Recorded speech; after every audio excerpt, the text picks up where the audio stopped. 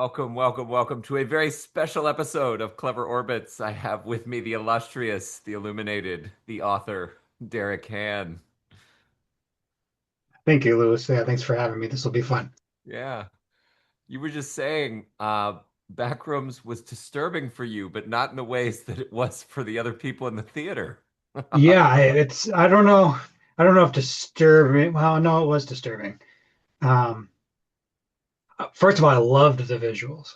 Like I really the whole thing. I loved what they took um, from the original YouTube series, hmm which, as I understand it, was largely generated by a computer graphically. Yes. Uh, and then in the movie, it looks like they're using real sets. Which I really loved. If not complete real sets, at least they're they're doing a lot more to with the sets, and there's just much higher detail. Whereas the YouTube series kind of relies on the fuzziness of the graininess of '90s um, of VCR tapes to add some of the creepiness to it. This is very crystal clear, uh, but but but they managed um, to add a different level of creepiness. I just love what A24 does with horror.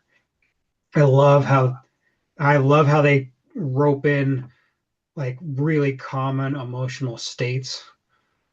Um, it's not just, Freddy, Jason, slasher. Oh no, like it's there's always some tie uh to just like a really deep, difficult, twisted, relatable um common human emotion.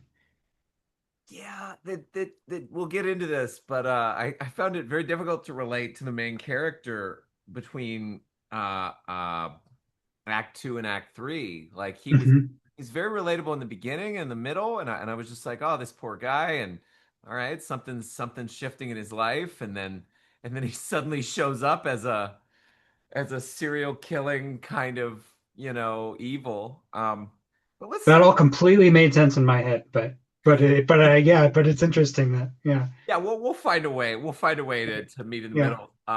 oh, So uh, exactly what I wanted to be, what I wanted it to be in the beginning, like yeah. exactly what I expected. How much did you get into the found footage, like the videos on Kane I Pixel? watched a little bit more than two-thirds of them, Mm, so I definitely got the vibe and the backstory and the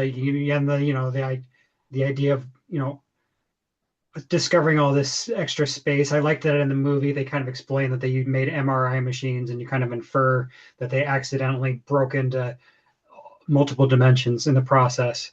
And true to every American company, we're like, we could sell office space. And then yeah. yeah, so that was all really fun.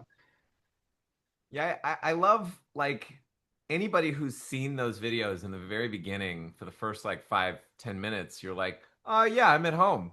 This is, it's found footage. It's a guy, Yeah. he's alone wandering through this place, and then, oh God, he's been killed by a monster, and the monster didn't think well enough to destroy the camera. Right. Yeah.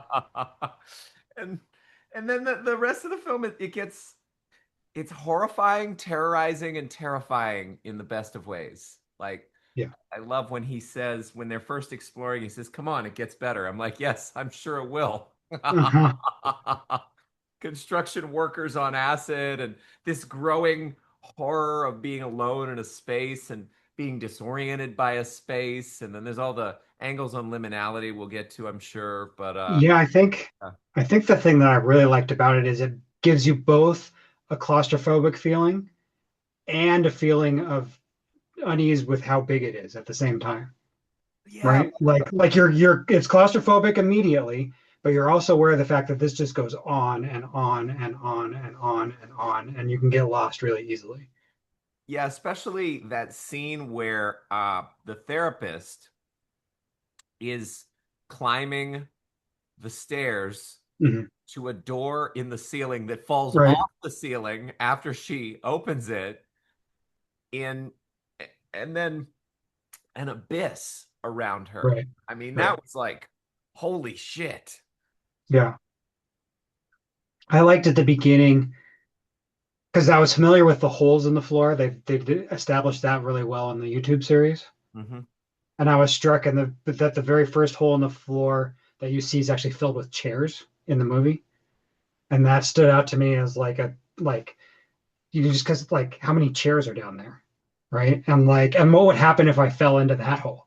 Like you find out what happens if you fall into the hole where you can't see the bottom, but what happens if I fall into the hole with are those actually chairs? Are they there? Or yeah, it was yeah. They do such a good job with the atmosphere in the movie, Yeah. and there's so many clever little twists that they build off of from the YouTube show. Yeah, what did you see? I mean, I noticed Um, I integration with the mythos, but yeah. I loved how they ran with the furniture theme. How there's just furniture everywhere, Oh. which is not necessarily true in the YouTube series. Um, and then there's just tons of little Easter eggs all over the place. I loved the seagull. That was great. Oh yeah. Just like yeah, random seagull. And then he turns up dead later. Yes, it looks like it's eaten. Um, and in the YouTube series, they kind of play with the idea of like some type of like fungus or mushroom, and that's completely gone from the movie. Um, Yeah, maybe Async found a way to like get rid of those varieties of monster. right. Like, Yeah, I saw the thing that you sent that basically said this is effectively 1 month after the events of the YouTube series, yeah, timeline wise. yeah. And yeah, And then, all right, let's talk about Clark. yeah, I loved Clark. So, I could talk about Clark for oh, I a can't, very long time. I can't wait. Yeah, So Clark, he's the one who would be the best at appreciating and being unsettled and tortured by the backrooms, having been an architect, right. having been Yes, interested in furniture, finding this big pile of furniture, and and then, you know, there's another horror that's depicted that I am particularly aware of, which is like the uncertainty of entrepreneurship. And it doesn't yeah, help. it's brutal. It's Yeah, that they pulled no, yeah, no punches were pulled on that. yeah, he and his marketing sucks. Yeah, it's painful and he's clearly desperate. He's Like trying so desperation is hard. just dripping off of him. Yeah, it's like the horrors of pure uncertainty. And he clearly has no exposure. I mean, this is before the internet. Man, Yeah, right. what must it have been like to be an entrepreneur before the internet It where would you have had been no tough. information, no Yeah. YouTube, no Yeah. no marketing trainers, Well, no memes at ever. all. Like you're inventing a meme, right? Like, and you have no idea if it's good or bad. And all you can do is And look at your competitor and like gawk and be pissed off that they're doing better and like resentful and anyway, and then this new variety of horror arises in the mythos of his character later on. I'm just giving you points. You tell me what you mhm. think when we'll get to your side of it. But um, the new form of horror in the backrooms as a mythology that Kane Pixels innovates that I haven't seen in any other video, and it's a sprawling mythology running the length and breadth of the internet, is someone who is at home in the back rooms and desires to live there. Like Right. that is horrifying. Yes. No, I think, and that I think, yeah, I think for me, that's the progression of his story Hmm. that feels actually does feel seamless for me. Is that I think they spend the first 2/3 of the movie establishing that this man is miserable. Like this man is at the very bottom, the very end of his rope. He's been working his ass off so hard to just get something to work, and nothing is working over and over and over and over again, and nothing makes sense, and he's just playing by everybody else's rules, and he's really like and he's just doing what he's supposed to, but he hates it. and Yeah. and for me, the transition for him into the survivor is every man's dream when they're at the bottom of like, I wish I could start over.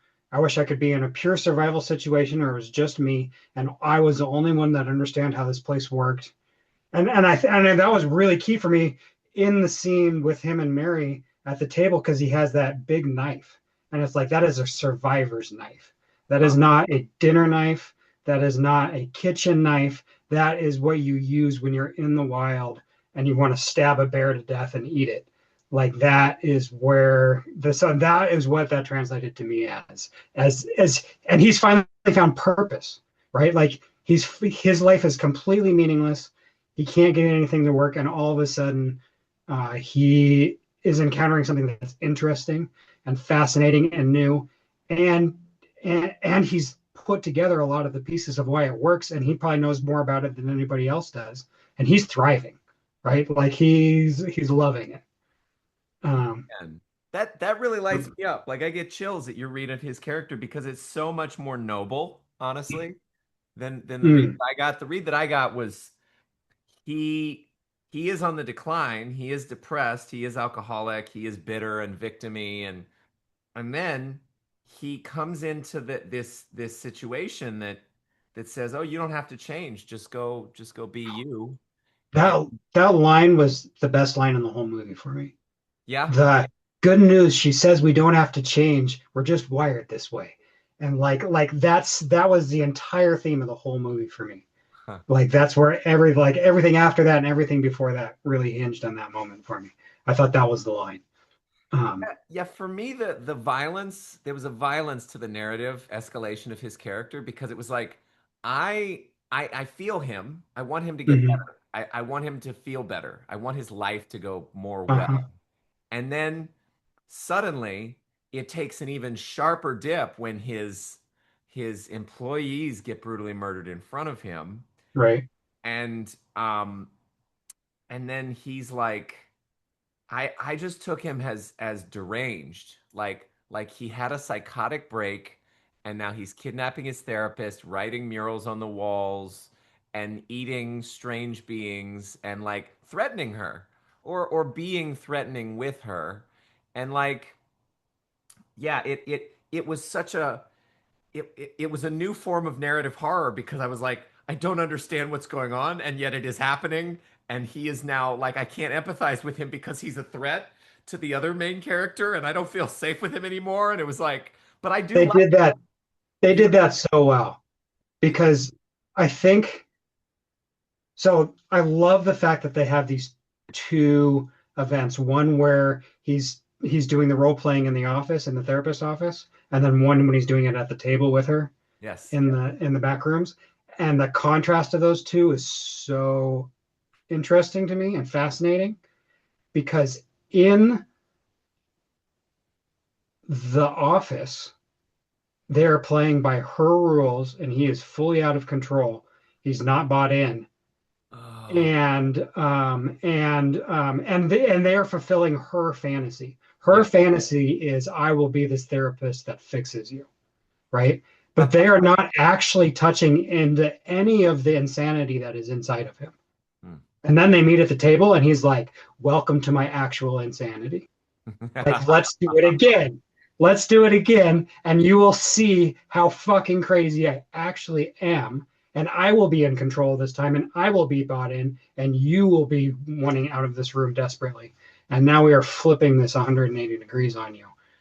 Um, Yeah, I hear that. It's almost like so the same resentment he has towards his ex-wife for running the show yeah, and never giving him space, it's still it occurs as still coming at him through even the formalism of the therapy itself. correct. And so he's not able to play by his rules. He Well, doesn't and have you see buy-in. it at the end of the first role play, you see him being very apologetic. He's deeply embarrassed Hmm. that he's having these feelings and having these emotions and expressing them. And she's like, well, that's the way it's supposed to go. But you can also see in her face that she's a little freaked out. Right. And and um and I get the feeling from Mary like she's in over her head. Like that just like constantly throughout the whole movie. Like she's trying to be this therapist, but she's clearly not dealt with her own shit. And she has, a really nice tight little frame on how she wants everything to work. but it's not working for her, and it's not working for her clients, and it's not working in her book, and it's not working anywhere. And then she's thrown into the play into actual insanity, right? And I think every therapist, they have a moment when they encounter actual insanity of like, oh, I can't fix this, right? Like this is so out of control. Well, Uh, I want to go back to where you put us, which was really great. Like it's like him rewilding. yes, correct, 100%. He Like found he found space. He finally found the space he wanted, and it's just him, and yeah. so instead of him trying to force himself to fit into a failing game and Hmm. world, he becomes a self-sustainable, off-grid Right. survivalist in the wilderness. The wilderness just happens to be this strange realm. And he Yeah. even, this was strange as fuck, because this is not in the mythology of the videos online anywhere either. He befriends the monsters. Uh-huh. He somehow wins their capacity for empathy and not merely like brutal murder with him. I mean his version brutally murders him. Yeah. Interesting. Like in your frame, I'm I curious think what the meaning of that was or how that works, but I maybe also think what happens when you only get to 73% in the wilderness. right. Well, I'm just kidding. uh, but no, I think one of the best moments is when he says, "And you can eat them." When he's talking about the people that you Yeah, can eat the people, yeah. because he's genuinely excited about that fact, because that's a big deal for him in that space. He needs to be able to eat something, and he's really happy to like, and they're edible, right? Like he's really like almost nerd level excited about it, and it's the most horrifying scene, right? It is. It is. Because And it's he like pulls them apart, and they're made out of marshmallow, and puts it in front of her, and we're but gonna he's have like, dinner. Yeah. but he's like really like, and look, I figured out that you can eat them, and like, and he's then yeah, just so super Glad that excited that about was as disturbing to you as it was to me. Like that was his nadir for me. That it. was his Right. like, this man is clearly Joker level insane. And I feel like vomiting as I'm watching him rip innards out of beings that are sort of alive, but not really. Not alive, sort of alive, yeah. Yeah, the still life Um, they're called. but again, I think it displays his complete comfort with the wilderness that he's encountered. Hmm. Right, like he is fully integrated into this. Honestly, I think most it's a metaphor for a mind palace that's just really twisted, um, just like a really really sick mind. I mean, they don't even infer that; they basically explicitly say that talking about neural pathways, and um, that term came up quite a few times. Hmm. But so I think, but when he's having that encounter with the monster, I think for me it was very clearly this is the ego talking to the id. Huh. Mm. And the ego, like if there's anything that the ego desperately wants to hear and will do anything to hear and will repeat to itself over and over and over again, it's she says, uh, what was the phrase? No, we're just wired this way. We don't Yeah, need to we're just change. wired this way. She said, so no, she says we don't have to change. We're just wired this way. And that's the part that the ego really, really wants is we don't have to change, right? Like that is what the ego will show up and say over and over and over and over and over again. Well, even to the point when arguably it not changing means it will not be accountable. I mean, like by this point, looking objectively at him, right? He is accountable for nearly engaging in domestic abuse. I mean, he's pretty dangerous to his wife, it seems Right. like. He led two of his employees into being brutally murdered. He's accountable for that. And um, like who knows what else? I mean, maybe I don't have any reason to extrapolate he did any other violence or evil, but like No, this. it's hysterically it's a hysterical line. We don't need to change, he says to the monster in front of him, surrounded by the most horrific, right? Like clearly, if you don't need to change, like who the fuck does? Because this is not working for you well at all. He is in an This is echo a chamber. Yeah. yes, this is a complete horror show, and the one thing that you wanted to hear is that you don't have to change any of it. Huh. Um, And the uh, horror is truly a human who's either unwilling or incapable of change being um not held accountable and left to literally to their own devices and reified, like valorized, celebrated to some extent, maybe even approved of in their dysfunction. Love confronts right, dysfunction, fear comforts in dysfunction. She's right. trying, even though she's shitty at it, right? She's Yeah. not effective and she's dealing with her own shit. And for her, the only reason she stops doing her best to confront dysfunction is because she knows she's gonna die. Yes, correct. Does not Yes. tell him what he needs to hear or wants to He hear has extorted permission to not change out of her. from his hostage. Yeah. Yes, yes, that is that, and that's all he wanted. And I love the fact that right after he says we don't need to change, we're just wired that way, the id just bites into him, Yeah, that's right? Like, because when the ego finally gets exactly what it wants, that is when it's in the most trouble. that's when it's the most vulnerable to being Yes. destroyed by itself. Correct. That Huh. is when the whole thing collapses, is when it finally is like, oh, I'm perfect just the way I am. And then reality just like Damn, collapses. son. You just took out so much medicine work, so much personal development, because like that's the danger.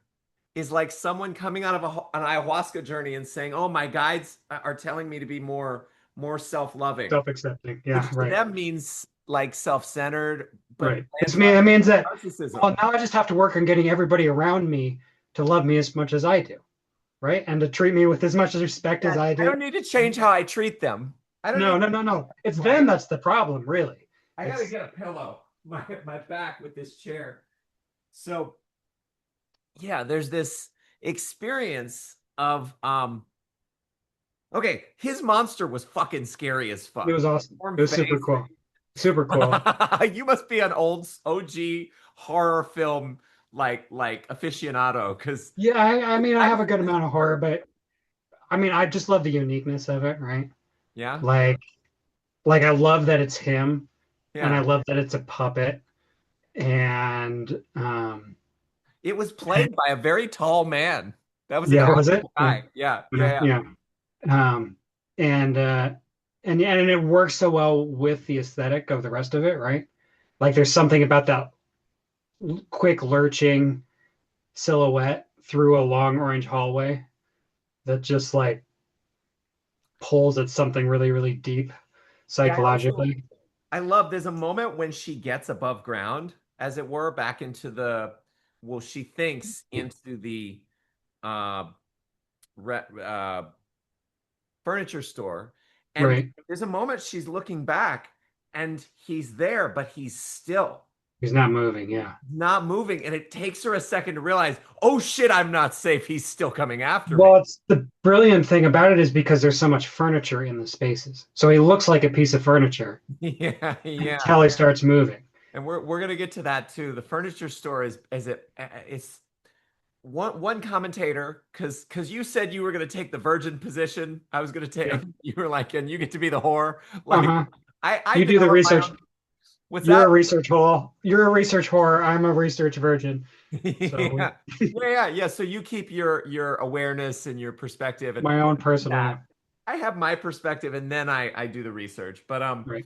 so it's kind of the same arc. It's just let me take on all comers. But somebody was saying the furniture store is kind of the most backrooms like you can get in the real world. Like it's like Yeah. goods alienated from their natural surroundings and appropriate environment. And even the way that he uses it when he's sleeping in one of the beds, it's a home, but it's not a home. Like Right.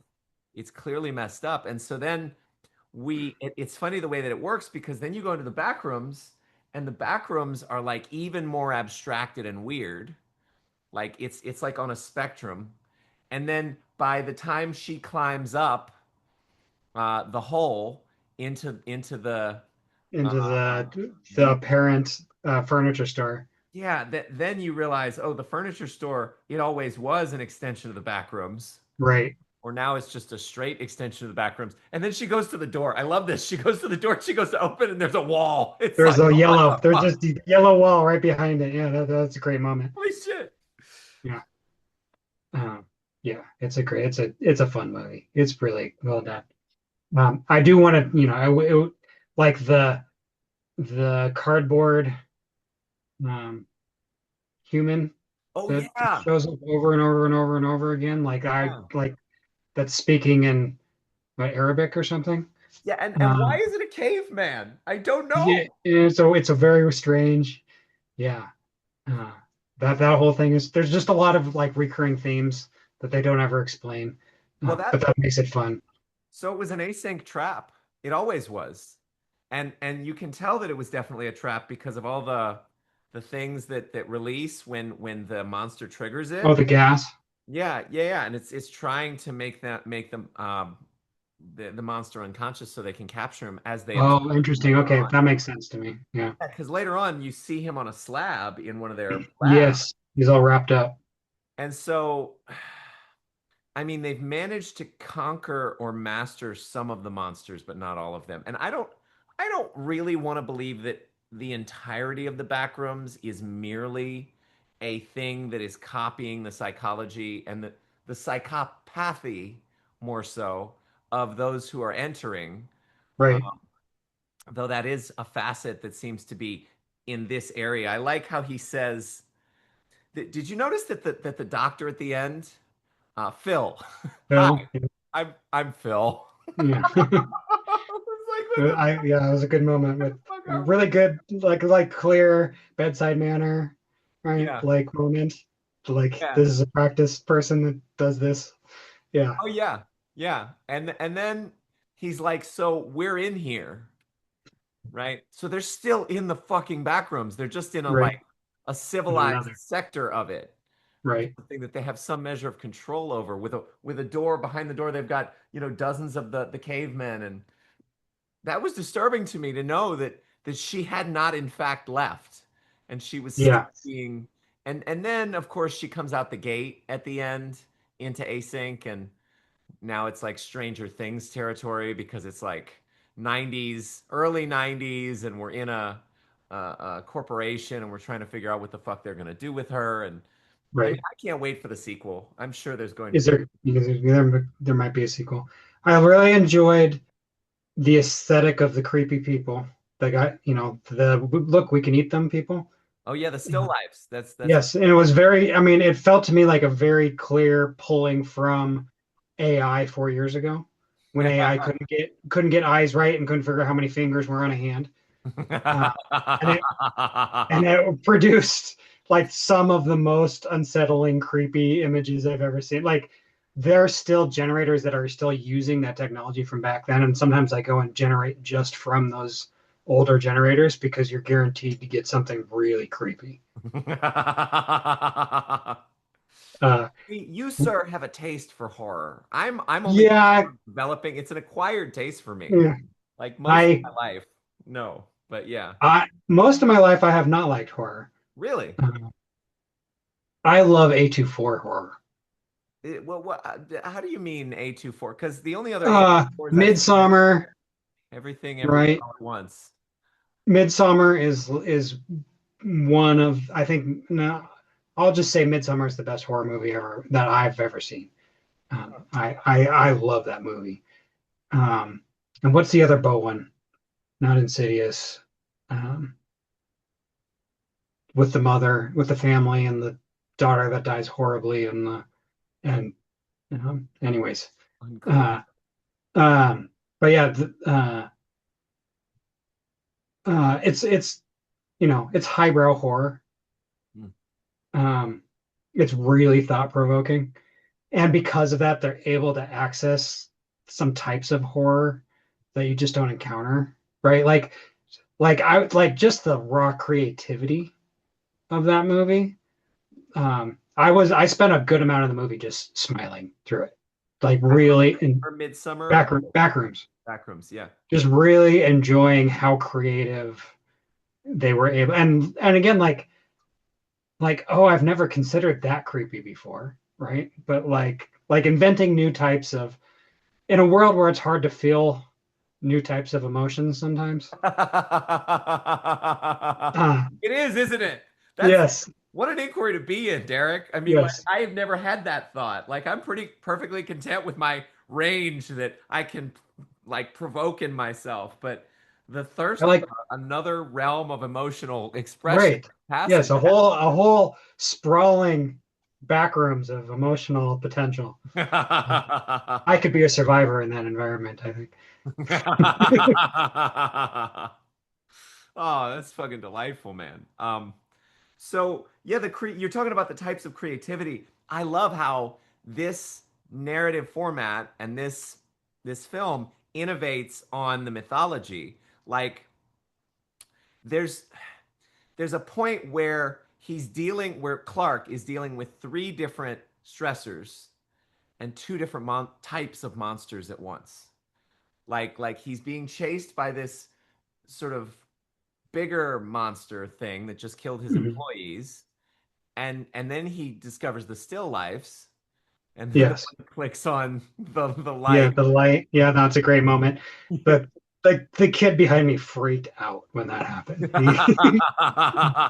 He was not. It was actually it was really funny because I was sitting next to this woman who's about my age, and she had her teenage kids there with her, and she turned to me afterward and she goes, "Well, that was pretty weird." And I go, "Actually, I loved it." And she leans over and she goes, "Yeah, but I have to explain it to my kids." And I said, "Like, yeah, okay, fair point." Yeah, that's such an inconvenience. I mean, you can't just appreciate the horror for itself. Right. Um, Like, so yeah, he's dealing with the death and loss of his employees, being lost in the rooms because he eventually gets lost. And right. unlike any of the backrooms like videos on YouTube, he's being chased by two different types of monsters at once. So it's like the static and the noise on his signal of any kind of peace of mind. Like it's just genius. But I again, I feel like he gets to the point where it's so big that it just calms down. Like Is he that breaks how it through the works for white. you, Derek? Is that what happened?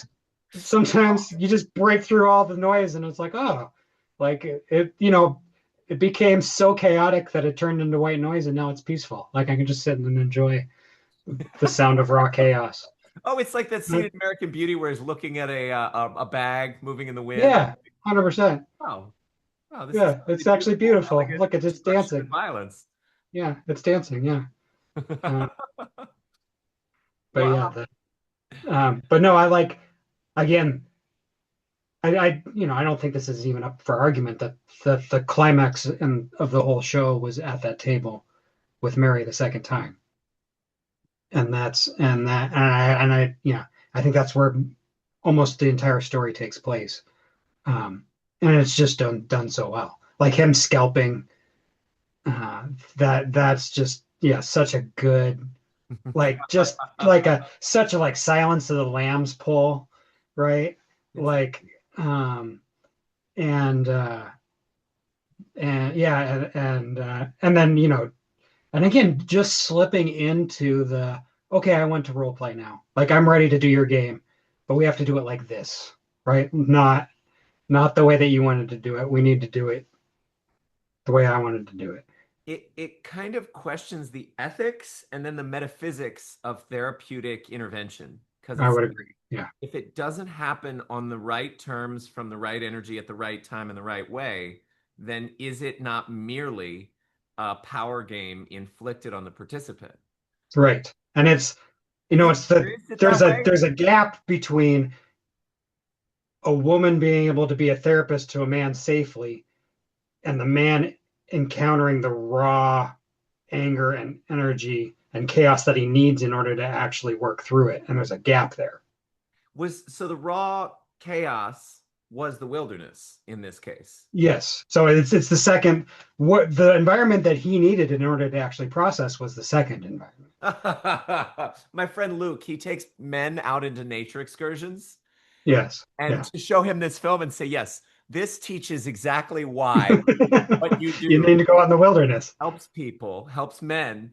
And there's something to that, I think, in the way that you're saying it. I'm not so we got a little of Kane Pixel's interpretation of the film Okay. through interviews and sort of what he intended. I mean, he left it good. He didn't make it like dogmatic. He left it Okay. ambiguous and Open. Yeah. open It's enough. clearly it's clearly intended to be left open. Yeah, so um there's this sense a friend of mine, another friend of mine came at this film and he was like, "Oh yeah, this is the brutal disgusting violence of someone thinking they're fully integrated. In fact, Right. they have not Well, fully both of them. integrated." Both of them think they're or Yes. Yes, but she uses her totem of the concrete yeah, to defeat and to deal with right. this The externalization like monster. Clark's trauma. Yeah, yeah. So she uses it to survive somehow. Yeah. Whereas the argument made is that he um makes his wound into a world. Like Yeah. he submits to it, he surrenders to it, he decides, all right, that's all there can be. And there's a whole quote from Bendito Spoiler that I'll get into in a bit, but yeah. I actually let me just quote because we'll be in dialogue with the YouTubers. Um, this is going to be a long quote, if you don't mind. Go ahead. So, who is Clark and why is he the protagonist? He's frustrated because his life has not turned out the way he wanted. He wanted to be an architect in order to create spaces with meaning, but ended up as the owner of a not very successful furniture store, which is a meaningless space. Yes. Like what a brutal space to inhabit if you're an architect. Oh man, yeah, there's Like just the nothing worst. there. The Nothing worst to space. appreciate. No. Even the shitty furniture that breaks as he's filming. Yes. Right. So all right. He dreamed of having a family. His wife ends up leaving him. He imagined himself becoming a self-made man, but ended up as a drunk who has to live in the same place where he works. He's the protagonist because he is the character who most needs to lie to himself. He is someone who has turned his failure into resentment. His public persona is a ridiculous pirate character that makes him feel humiliated every time he sees himself on television. Are He, you a pirate or are you a sultan? what's I, that? Oh, I, yeah. I love that line. Are you a pirate or are you a sultan? Like you're not even consistent in what you're doing here. And we're not even sure, like it, and it is an interesting question because he part of him wants to celebrate and see himself as a victor, Yeah. like a king, achieved, but he also knows that he's the pirate. Like anything that he gets in his life, he's stolen. Right. Yes, he's clearly torn between two identities, Yeah, at least. and then the thing, and then, well, anyway, okay, he can only walk on one leg. Right. Okay, so he has a therapist, continue the quote, but instead of looking at all of that honestly, he wants someone to validate his misery. He needs to construct a narrative where he's the main victim in order to seek absolution or some meaning for his suffering. He needs someone to tell him that he was not responsible, that his ex-wife destroyed him, that the world unfairly reduced him to a furniture salesman, and that his anger is justified. The backrooms appear in his life at the perfect moment because they offer him exactly that, a way to escape without changing.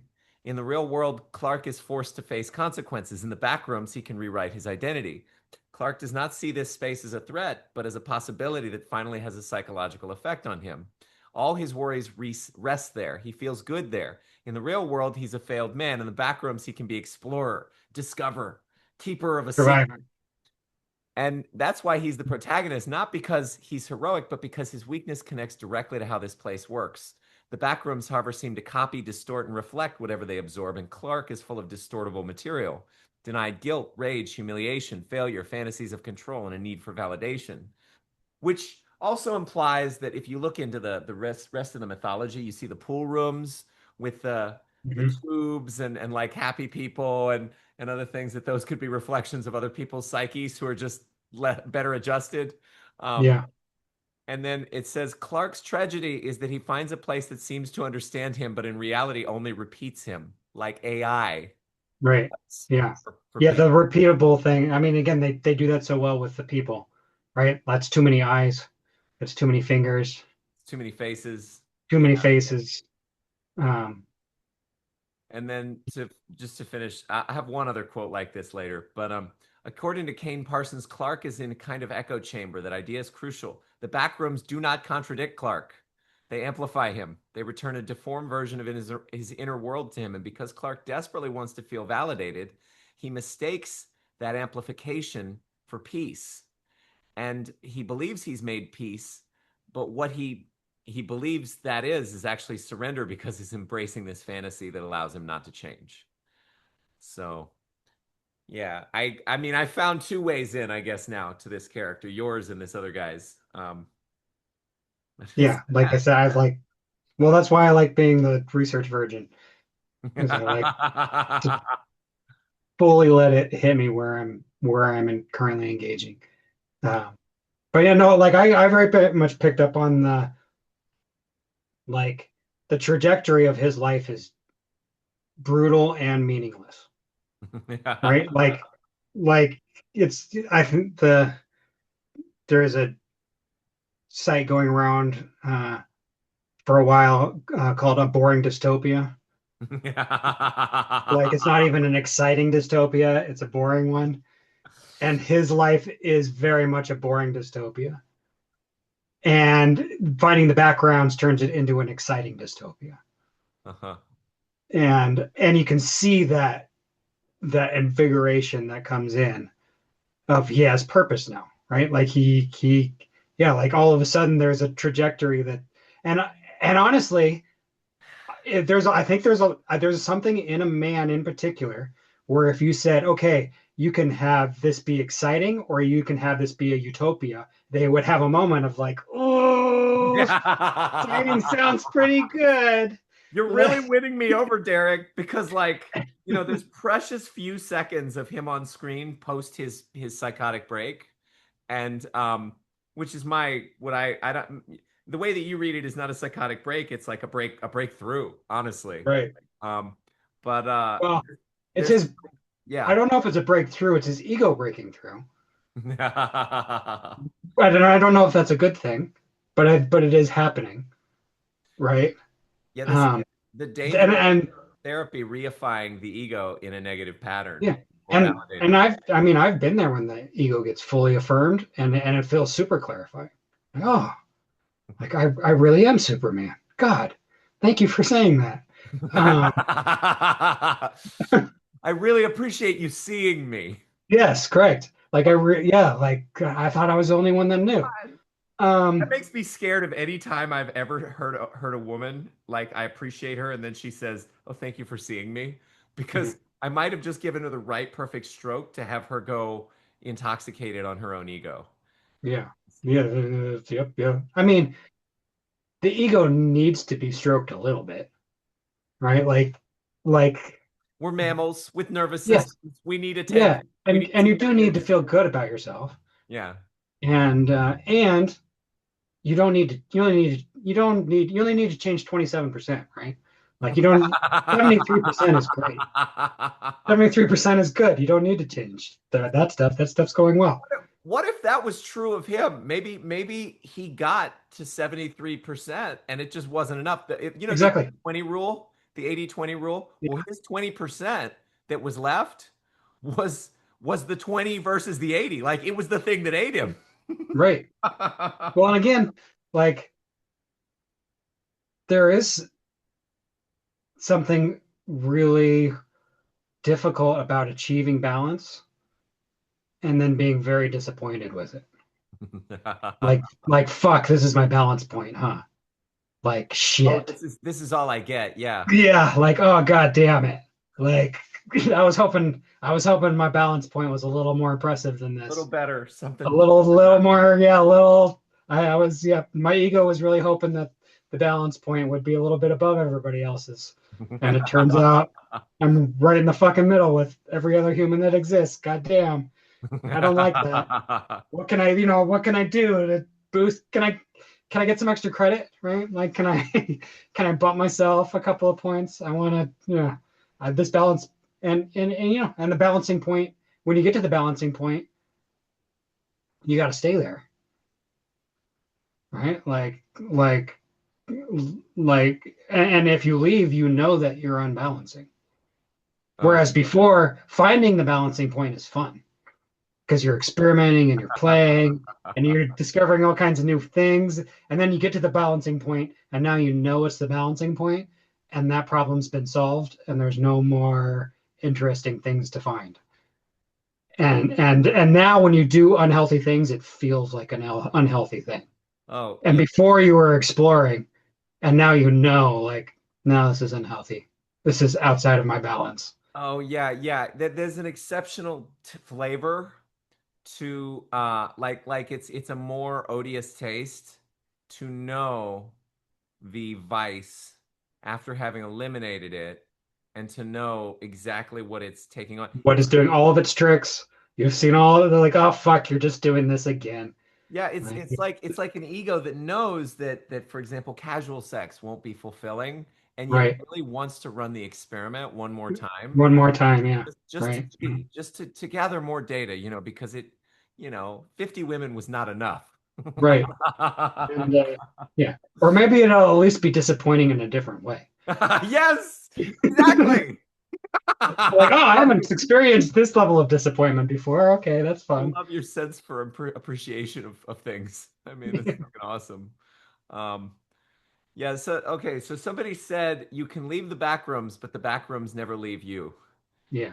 because of the No, rewilding function it engages I in. very much, I mean, having had encountered my own versions of some back rooms, Mm. I very much agree with that. Um, What does that mean to you? I mean, so when I started doing EMDR and started doing safe space work, um, I created an entire safe space and it corrupted on me.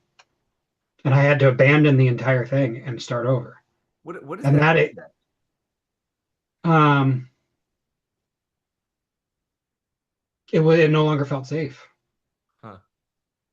Like all of a sudden, I still don't even fully understand it. But I went through like a several week process with a therapist and we created a safe space.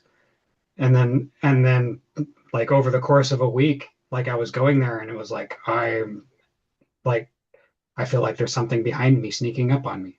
Like this is not actually the safe space that I need it to be. Huh. And that space still exists. So I have an unsafe space as well as a safe space. Yeah, place in your mind palace that you can go if you just, want to be fucked up and You free. want to, yeah, right. Yeah, I don't need to go to the back. I don't need to go see the back rooms. I have the back rooms. Would you visit the back rooms if you could? Yeah, probably. Well, it depends on again, Do you get to leave is the real question, I guess. yeah, how tired am I of the boring dystopia? Some days, right? Like that's the fantasy of all those. I grew up, I read My Side of the Mountain over and over and over and over. You familiar with that book? Mm-mm. It's about a kid literally going into the woods in the Appalachians and just figuring it out. Cool. And it's it's just a beautiful fantasy book. And I've read that book maybe 30 times. There was one year that I read it 5 times. Um, and it's the same thing of like I want to go somewhere simple where there's only so many variables and Oh. and be challenged in very specific ways that I can focus on. And I want to knock out this problem and then have that problem lead to the next problem. And I want to knock out the next problem. And I want it to be super linear, right? And and everything just kind of builds together. Oh And yeah. and it's funny because they made two sequels to My Side of the Mountain, and they both suck because he brought in other people. And the real beauty of the first book is it's just him. Um, Huh. and then he invites his family in, and they ruin it because that's what happens. Um, I I empathize with the experience of adulting being an escalatingly complexifying series of confounding variables. mhm. Like I for the first like 5 or 10 years of living on my own, I was just like I was continually confronted with bills and situations and aspects that I had not considered, did not train for, did not plan on, was unaware of how to figure out. And it was like, well, fuck. It's still fucked up. Like it's not an even range. It's not a simple, you iron out these variables and wrinkles and then you have a thing like it's now Yeah, like no that this and I think that's existence too. I think Yeah. that's thrownness relative to existence in general. Well, and if if that didn't exist, it'd be boring. If then always worked for everything, right? Like I think there's a reason we're inhabiting this consciousness. It's because there's enough chaos to keep us entertained. Ah, Yeah. yeah. So this goes into I'm going to quote from The Robot a little bit, but Heidegger's unheimlich, unhomeness. This idea that it says the backrooms works because wrongness is built into the architecture, familiar materials, impossible geometry. The horror is not a monster, it's the removal of the world's reliability. You're being asked what happens to the self when environment stops making sense. But what you're pointing out is that the environment never made complete sense to begin with. Right. So that unhomeness, that uncanny, was was a irreducible complexity feature of life and existence that we just like backrooms makes it palpable. Right. And in many ways, the back rooms are much more simple than real life. Right? There's only one color. The walls are always going to be the same color, right? Mostly you're going to be encountering right angles. Um, there's um, Are there uh, bathrooms in the backrooms? it doesn't matter. You just pick a room and you shit in the room, and then that's the bathroom. I mean, there's holes everywhere, right? Yeah, You yeah, just yeah. Shit in just the pick, hole with the chairs. Yeah. yeah, just pick a hole. Um, and but yeah, and I think there's some attraction to the back rooms that way of like the real horror is outside of the back rooms. The real horror is the complexity of that life, whereas there's actually, as long as you understand the rules and you understand why everything does the way it does, maybe the back rooms are actually safer. Hmm. Would you live in the backrooms if you could? I don't like that color very much. I love that that's the deciding criteria. What if we could send you in with a pair of glasses that would change the color?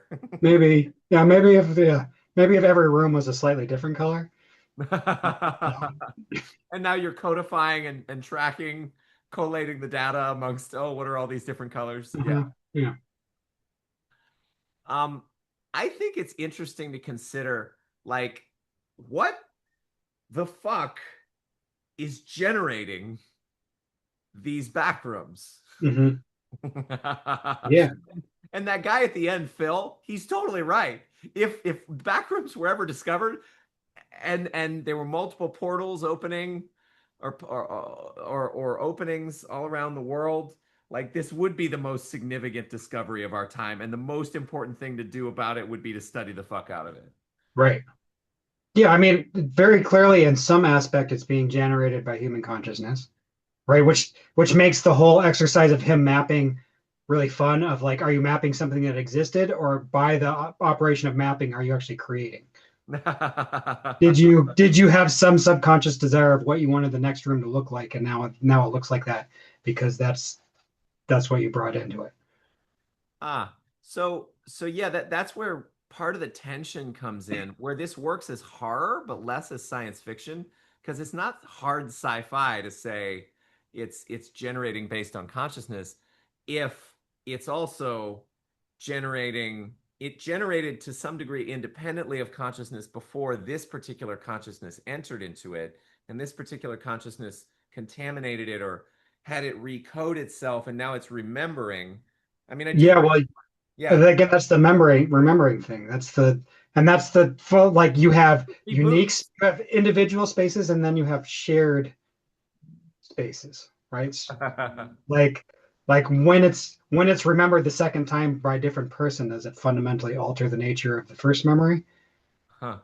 Or yeah. Anyways, those are always the fun sci-fi nerd things to get into. Yeah, I mean that's the other side of clever orbits is sometimes we do ask those questions, usually in service to harmonizing the internal tensions and apparent contradictions within the Star Trek canon, because it's just fun. We have to believe that the sacred scripture can be Right. resolved. Right. Yeah. when within this, it's not necessary. I mean, it's a one-off so No, far. it's better if it's not resolved, I think. You're like, we're not going to ask that question. We don't know. That's not the type of show. We don't know. Yeah, it's more fun when we don't know. So I think you'll like this Borges quote that was given in an article about the movie. There is no need to build a labyrinth when the entire world is one. Mm, yeah, I would agree with that. That's a good one. I am. Do you ever have moments where you're really disappointed by the labyrinth, though? Which Like, one? Life like, or like for me, there's a like a thing that happens, particularly when I go to downtown Seattle,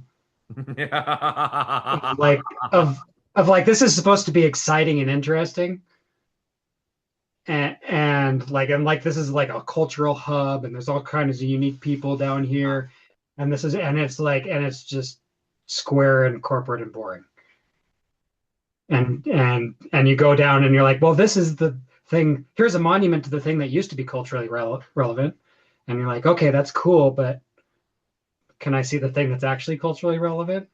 Like now, I don't want to go to a museum. Right? I wanted to see Kurt Cobain live. I didn't want to see where he put his gum. He's dead though, right? Yes, he is dead. Okay, just He checking. he worked he worked pretty hard to accomplish that. So How did he kill himself? What happened? with a shotgun, I believe. Wow. Okay.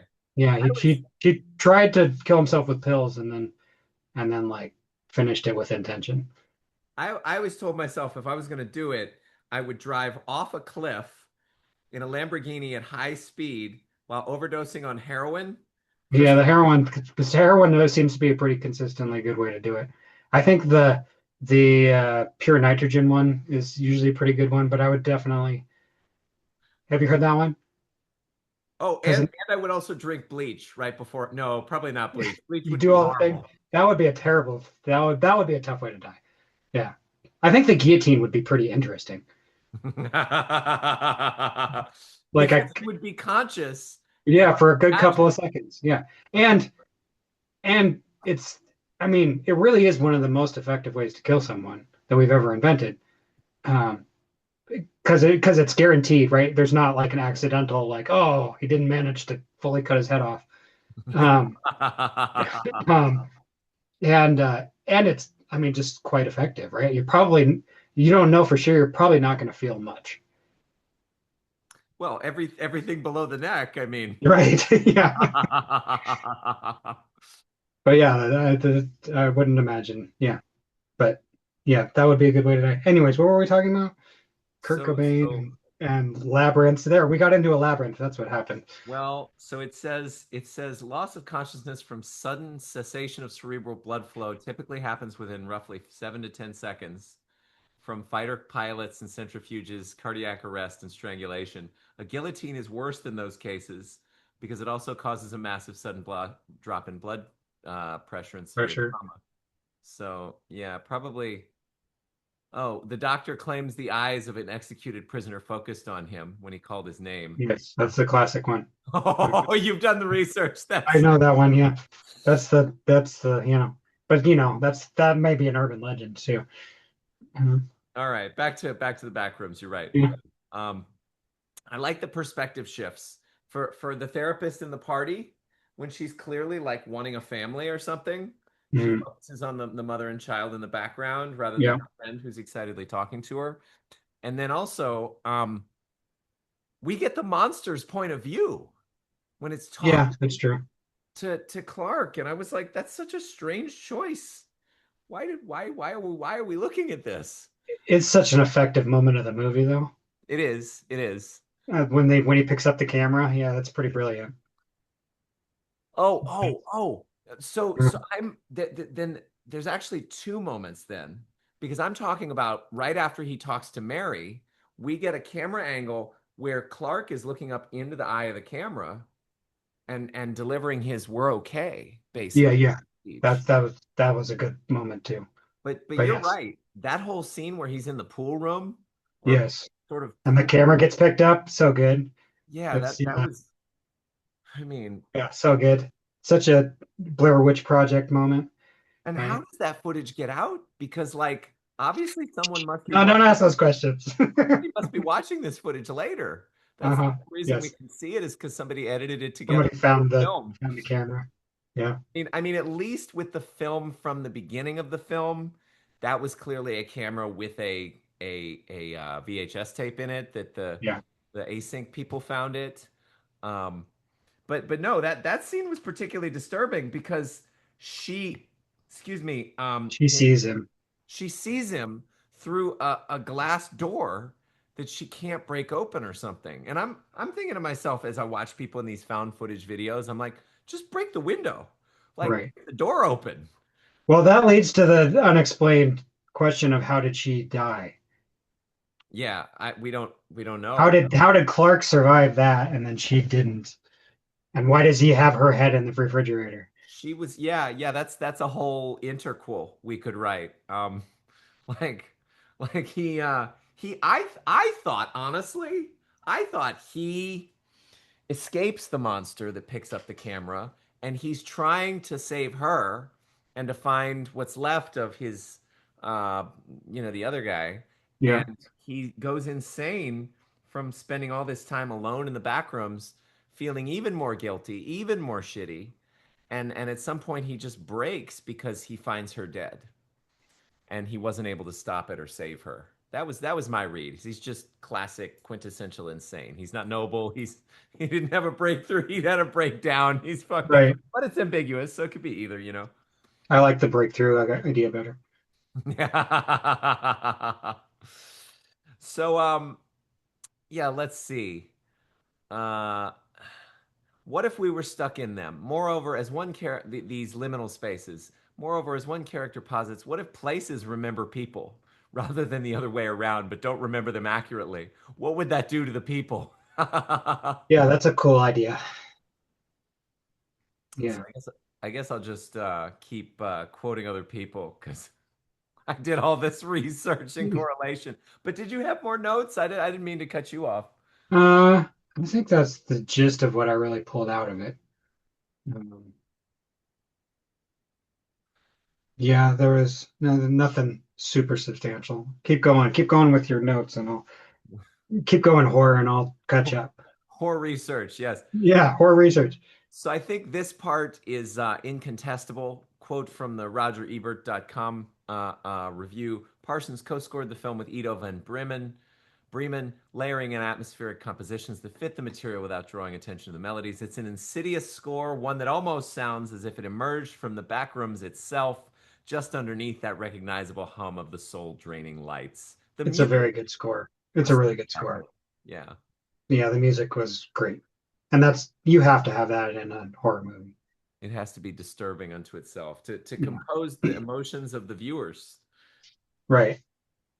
And it fits the space really well. And yeah, Let's see. I got into a conversation with the robot trying to figure out what the fuck is going on with humans such that they create horror. How does one develop the taste for fear? It quotes the research of Paul Rosen. The enjoyment of fear is a benign masochism. The pleasure isn't in the alarm, it's in the mind registering the body's alarm is a false alarm. A small match for repeated spicy food, sad films, the haunted house, same machinery. I was like, ah, I also find a lot of people like horror because they're learning. They're trying to train their brain on what they would do instead when they like there's definitely like I think like that female obsession with true crime. I think a large part of that is just like, okay, what did they do that fucked them? And what would I do in that situation that would save me? Have you seen Dexter? Yes. Have you seen all of Dexter? No, I think I made it through season three. Oh man, if you ever season 4 was the I best. know. I've heard that John Lithgow is one of his greatest performances. I know. It is. I mean, if you It's ever there's get too much around, stuff to get to. if you ever get around to it, New Blood and then Resurrection, the most recent seasons are Yeah. just supreme. And Yeah, that in terms of true crime joy of like, oh, he got away with it, or figuring out how to get away with it. Um, let's see. So there was an argument that the film objectifies Clark's depravity, and yeah, so kind of on what you were saying, horror is among the oldest functions of story, and the cleaner reading is threat reversal. Because I was like, do demons feed on fear? And are we actually feeding demons by putting ourselves like on the astral plane, feeding Right. demons by going into situations? Because I asked one of my friends, he's like super high vibe, and I asked Artemis, he was like, yeah, no, I watched the trailer and it's not for me. And then I asked this other friend of mine, and he was like, no, no, no, I don't go to films like that. And I was just like, why not? I mean, it's a thing, it's a fake. And they were I like, would say, in my interpretation, that movies can open up awarenesses that might be demonic, but I don't know that they feed them as much. I think demons feed on actual horror yeah. and not make believe horror. Mhm. Yeah. Well, so that's what the robot came back with. It enables you to safely practice the encounter with a predator, contagion, violation, or morality. The monster is the shadow. Horror is how a culture meets the material it has exiled. By that logic, the refusal of horror would be the more telling symptom, a psyche dissociated from its own dark, unable to look. And then, horror starts to look like one of the few remaining places that secular people, when they confront the sacred as awe and dread, can brush against the sacred through the door of fear. And then it's That's an interesting observation. and then I was like, this is Mm. not sacred at all, but this is No, but I understand what it's pointing at. uh-huh.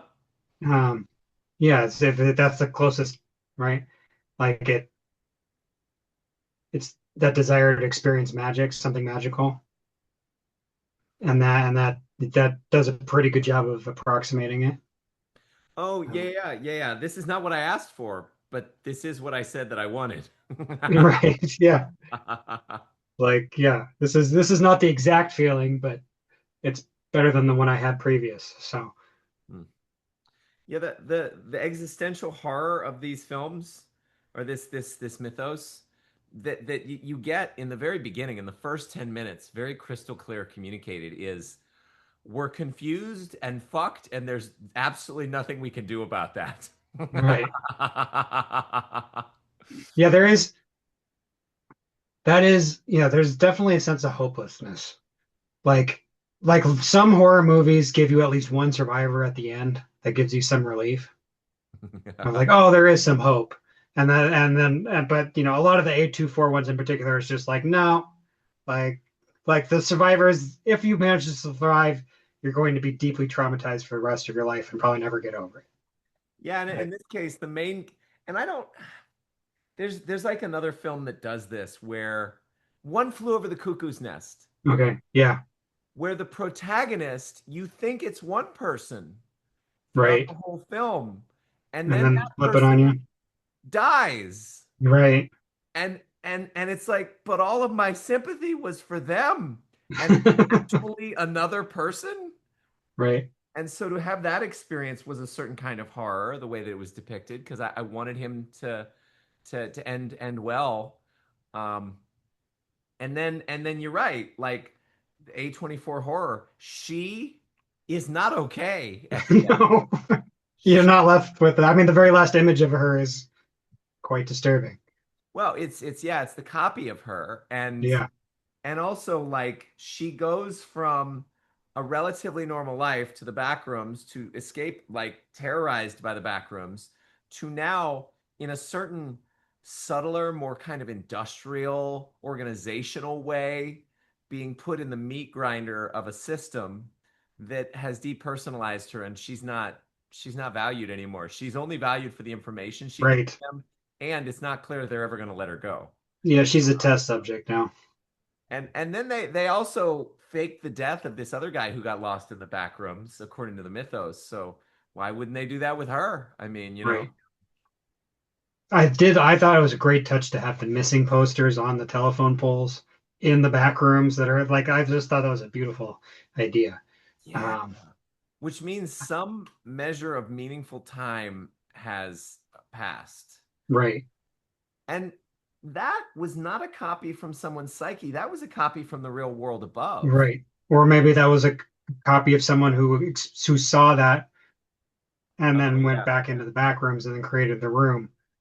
Oh, But, that's you can have a whole story there of someone, an employee of, came in you know, for their shift. who knew what had happened to these two people and had seen the videos, then goes out and sees the wanted posters, and then goes back into the back room and has to have a moment where it all comes together, and he has to be aware that these people are dead because of what they're doing in the back rooms. Oh man, yeah. I mean, why would anyone go in there knowing what's going on there? Because their life is a hellhole and there's nowhere else to go. Maybe that's the whole series. You know how the Saw films, it's Yeah, all people who are like ethically dubious or right. like disreputable. Well, maybe for these films, it's all people who are victims of living shitty lives, and then they wander into the back rooms and it gets Well, it's shittier. I mean, you can argue that one of the great problems with modern society is there's no more frontier, Hmm. as we used up all the frontier, and for all of human for 2 million years there has been a frontier. This is a good argument for the back rooms needs to exist and people need Right. to explore it. Is you need someplace for the crazy hermits to go figure stuff out, Yeah. and we put them on the streets now instead of shoving them out towards Oregon. On the Oregon Trail, Yeah. your your cattle die of dysentery. Yeah. Well, they say there's a reason that everybody on the West Coast has so much ADHD is because in order to be willing to go to the West Coast 100 years ago, you had to have some sort of interesting drive to get you there. And if you were a contented, happy person, there's no way that you would go to Oregon. So strange. I mean, you live in Oregon, yes? No, Washington. Washington. Oh, sorry. I was. Close. Close enough. Same thing. We're just the corporate version of Oregon. Oh man, that's so sad. Move to Oregon, Derek. You'll be happier there. It's more like the back. uh, there's too many hippies. Oh, okay. It's too far. It's It's too far. yeah, it's too far the other direction. Yeah. Did you ever see Beyond the Mind's Eye? Mm. It's a 1990s CGI experiment that was on VHS tape, and it's on YouTube now. It is delightful, delicious, and strange. Maybe our next recording Okay. will be on that That'd because be a good one. it is weird in a direction parallel to this, though definitely not the same.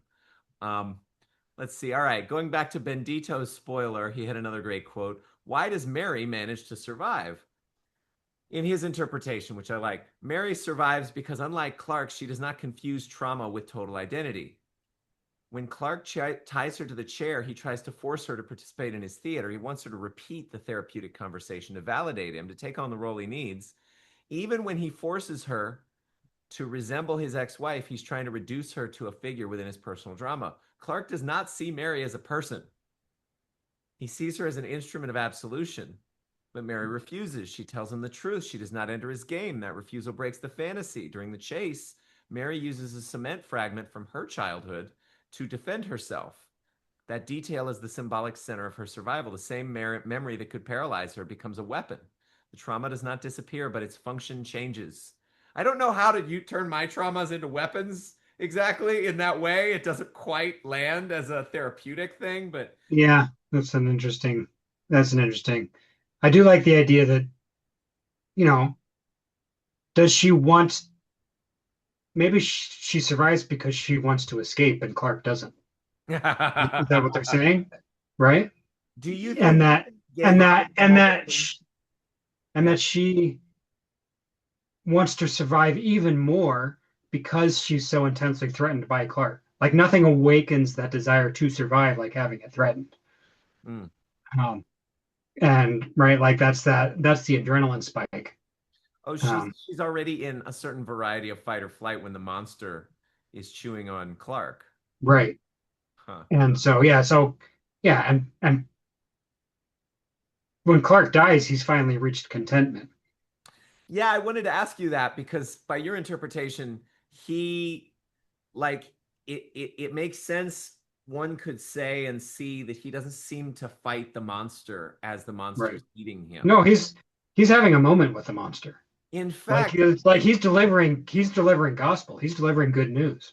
That maybe that was why the monster ate him. if that's what I mean, I think that was my point. Huh. Was like that's the inevitability of what happens when the ego finally gets what it wants. And that's the moment of going to hell. That is. Yeah. Yeah, I think yeah, it's because the ego finally finds the solution and then realizes it lives in an existence that will never permit that solution to happen. Hmm. Right? Like the solution is for all of reality to stop fucking with me and accept me for who I am. And the reality says, no thanks. We're gonna we're gonna keep fucking with you. You can't just live out here alone in the wilderness, No, mountain. Yeah. no, like yeah. But no, yeah, again, like it's like a sick ego death, right? Where it's like ego suicide. That's what I'm going with. It It's like ego implodes. suicide. Yes, it's an ego implosion. Yeah, that's Uh, interesting. um, Because implosion, it goes nowhere but into itself. And correct. explosion would be like mystical union, would be like Right. my Yes, exactly. But I yeah, explosion is you're joining the rest of the universe. implosion. Implosion is I get to be a one-dimensional being now. Solipsism. Yeah. Yeah. Or a zero-dimensional being, maybe. So, all right, to finish on her trauma weapon, it's no longer only a prison, it can only also be a tool. Mary survives because she does not try to erase her past or live inside it. Clark does the opposite. He wants to remain in a space that allows him to freeze his pain and turn it into a world. Mary, on the other hand, keeps moving, even wounded, even terrified. She does not settle into the wound. That's why she escapes, not because she has definitively defeated the backrooms, but because she did not allow herself to be absorbed by the same logic that destroyed Clark. But again, her only reward is survival. His reward is a wilderness to explore. Yeah. Yes. Like is survival enough of a reward? Oh yeah, that was Battlestar Galactica's question, right? Right. Are we worthy of survival? And like, do we well, sorry, no, sorry, that was a slightly different question. It was like, do we deserve survival? This is yeah, like if this is the Camus, right? The only philosophical question is whether or not to commit suicide. Yes. Not And whether is or not the dimensions are 5 or 8, but like, is life worth living? Yeah. right. And if the answer is, and then the comes back to the question of did she survive because she wanted to survive or did she survive because she's following her survival instinct? Oh, yeah. Because Is it owned? Is it authentic? right, yes, was her desire to survive an internal thing or was that manifested by Clark? Was it even something strong enough in her to motivate and propel her life before the situation or without it? Yeah. Right. So interesting. Okay, so uh, wandering around without incident, which Assignment X in their review argued, well, they made it an accusation of the film. I think it's a reason to celebrate the film. That's life with philosophy and existential wrestling. Is wandering around aimlessly. Is that what you Yeah, mean? yeah, trying to figure out what the fuck is going on here, and Right. like continually encountering things that mystify and stupefy, uh, Right. and then it asks, what's worse, a place or a life that cannot fulfill its purpose, or one that has no purpose at all? I don't know. I think Yeah. we have a good That's different answer. that's that same question. I mean, yeah, it's kind of a different version of that. Like, what flavor of misery would you like to exist in? Hmm, Uh, unclear. what? Unclear. Unclear. I think it's a mix of both. But which side's better to cheat towards? I tend to cheat toward misery, like active misery instead of passive misery. Can, can you believe that Kane Parsons is apparently the youngest filmmaker to ever helm a studio production? Well, I can't believe that he wrote that. Like, I'm assuming that there's other He writers. didn't write it. No, he Okay. somebody else Because wrote that is not something that a 22-year-old would be able to have enough life experience it. to to portray accurately. Yeah. Uh, He hasn't been disappointed as much as that was written by a middle-aged person. yeah. The guy who wrote it was involved in the Borges, Westworld, other Okay. things. Yeah, that makes sense. Yeah. Let's see. It's just such an interesting direction for them to go in terms of writing too. Like they basically had a blank canvas. Yeah, Um, he could have chosen so many things. yeah, and to go this direction was fascinating. Um, Do you think so? So there was one person who argued. They said, um, it was interesting. Something like it's disappointing that this thing did not. Oh, there it is. It feels like it lacks the confidence to get as terrifyingly dreamlike as it could have been. Like that, there's other angles of mm, stuff that this could have done. I don't know about that. Um, I think there's a lot of intention on not answering all questions, Yeah, I liked that too. and not. It's not. I've seen a lot of very indulgent horror movies. I wouldn't call this indulgent. No, I agree. Uh, I think it's more tasteful that way. Yeah, yes, there was opportunity to indulge. Would it have been better if you had? Not necessarily. Yeah, it was Yeah, restrained because there are moments in the short films where you encounter these vast expanses that are disturbing by virtue of being so gigantic and suddenly accessible. Like you're crossing a bridge and you see a red tinged huge freaking place, or you see an entire street, or you right. see this supposedly based on the inside of a Holiday Inn in an airport. Okay. Like you see these windows and they're all looking into an atrium that goes nowhere. And Right. but they only did that once in this Yeah. film with the abyss. And I'm there wondering for a couple seconds, like, how is she gonna jump? Like, how is she gonna get a hold of one of these floors so that she can Crossing. escape? Yeah. Yeah. Um, And it was almost sheer pure chance that she happened to go the right direction that led her to the async employees that led her to to having hope of escaping. yeah. Well, Like, again, you start to wonder how much does will and memory and imagination and desire play with these spaces. oh, did she create a space? Yeah. Did she create the space? Did she just shorten the distance between herself and help? Hell or home or both? Help. Help. Help. Okay, Did she yeah. shorten the distance between herself and help? Yeah, I think she did. And I also think she shortened the distance between herself and hell because she was the Yeah. only character to see that big of an abyss. Well, and I love that the moment that she's finding help, she's going through an incredibly narrow hallway, right? It's Yeah. yeah, she's literally in the straight and narrow.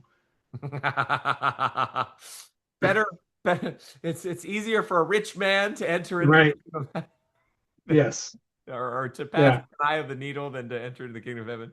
And it also helps that a giant puppet pirate can't get through a small crack. So that was all. His hands were so disturbing. And then there's the Yes. moment where you realize that he can't reach, and then the horror drains out of the scene in that moment. It's Yeah. like, all right, well, he's stuck. We're good. Yeah. Yep. Like, oh man. Okay, so just a couple more broad strokes, and then I think we're done. The Ringer says the sprawling, relentlessly subdivisional logic of this online lore and the fact that anyone can contribute to it at any time turned the expanse of the backrooms into a pretty nifty allegory for itself. That's fun. Yeah, I That's like it. cute. Let's see. Backrooms are a new horror genre weaned on the aesthetics of post-capitalist liminal space and the pervasive anomie in today's global society, writes Rosa A. Cruz. Yeah, I think basically true. Basically true, but trivial apparently. Captain Clark's Ottoman, because I'm looking for responses, but there doesn't have to be one. Keep going. Hit me Yeah. with another one. Captain Clark's Ottoman Empire as an emblem of American decline. the backroom's strangely deformed inhabitants as a symbol of AI's inherently degraded forms of representation. Parsons' reluctance to wander too far in any direction, literally or figuratively, into his own painstakingly rendered milieu seems like a practical decision made on behalf of potential sequels rather than a sign of the narrative being steered toward its logical or satisfying endpoint. I don't know about that. I think he did damn good. Yeah, no, I think it was great. I did wonder if he was really in that poor of a position, how he could afford therapy. That was what, Oh, yeah, that is interesting. right? Like he's clearly not making any money, and he has enormous overhead, but he can manage to get to therapy. Does have enormous overhead. I found myself wondering how is this work? How is he Do paying you, I employees? do that constantly now wandering into stores. Like I wander into a store and it's like I just went to an Jamba Juice the other day and it was noon on a Saturday. And I think there was four people that came in and I was like, you have three employees and a huge amount of equipment and rent to like how like I and you made $40 at the peak business time. You're like how is this working? Yeah, But yeah. anyways, that's a whole nother There's that's so a much of sidetrack. But I do feel like they were picking up on that in the like just the general decline of retail, right? it. Um, which is something that we're currently really experiencing, and it's funny that they put that same feeling into a movie that takes place in the 90s. Mm. But like, yeah, like nobody's in that store, and apparently his prices are too high because it says somebody took the time to spray paint rip off Oh, yeah, that's on the outside interesting. of the store.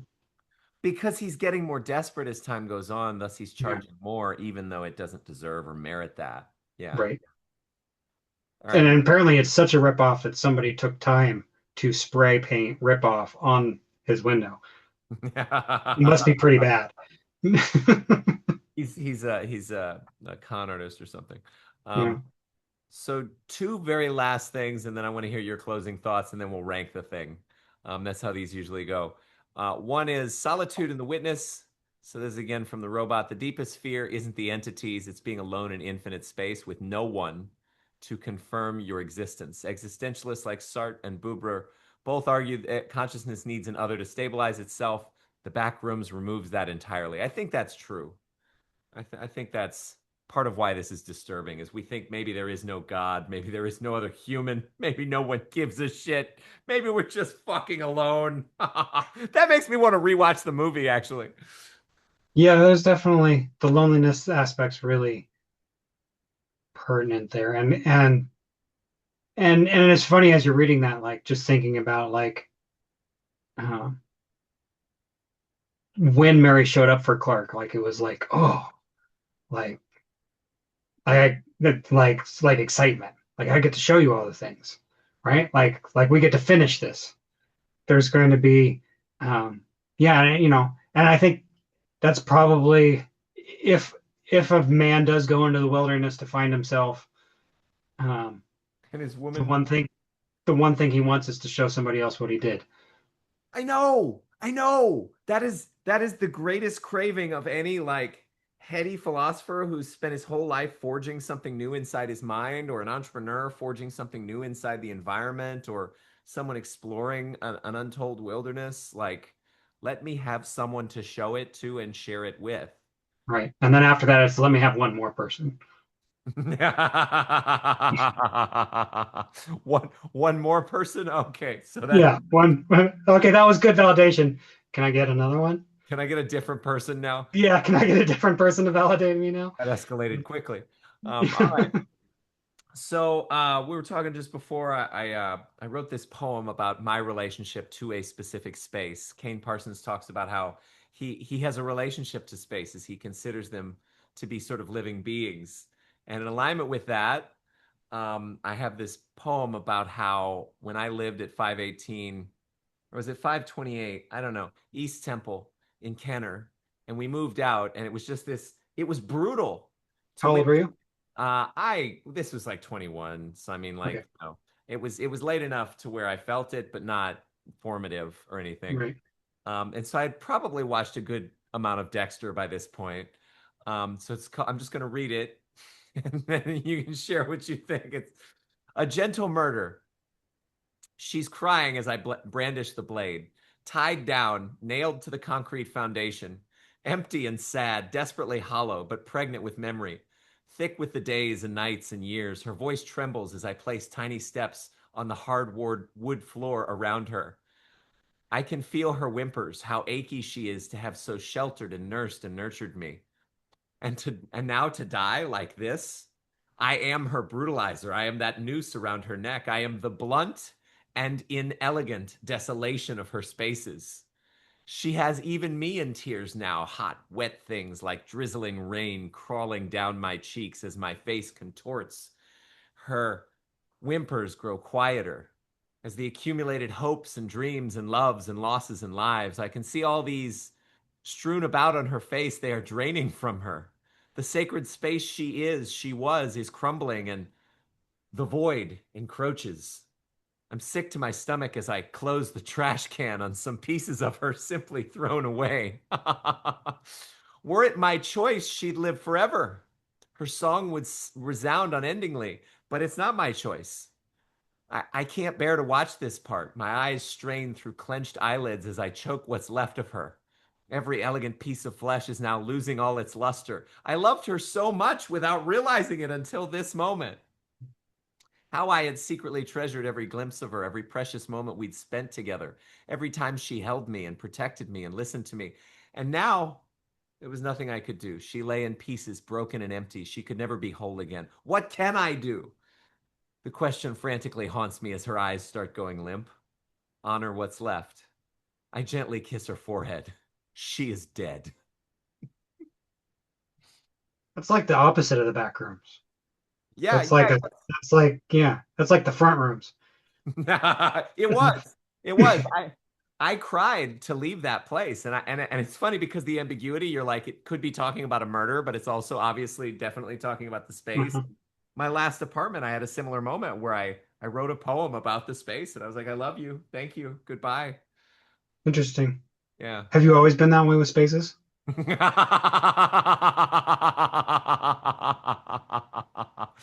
And we will bookmark the therapy session for the future. Maybe, but yeah. All right. I give it a 9.5 out of 10. I don't know how it could have been improved. I have a vague sense it could have, but I don't see anything specific. What about you, man? I think I actually agree with that. I think I would do it the same rating for the same reasons. Um, and and the only reason that it's not a 10 is because I can think of tens. So if you've been watching or listening, or both, probably both, because this is a video, go ahead and go see the back rooms. Let us know in the comments what you thought of this. And final thoughts, Derek. You're our featured guest today. What do you want to leave us with? I just really enjoyed it. Again, I spent most of the time smiling through it. It was really fun knowing that I was going to do a podcast about it because I was framing the whole thing. I was watching much differently, knowing that I was going to talk about it later. And it was really fun because up until what a week ago, I had zero interaction with this media at all. Like I missed this 4 years ago, and yeah, so it's really exciting to be dropped into something over a 1 week period, and then engage with it and digest it, and I get to be the research virgin, which was felt great. Oh man, But like touched for the very first time. you're so welcome. Glad to have you here in the insane asylum. And this has been Clever Orbits.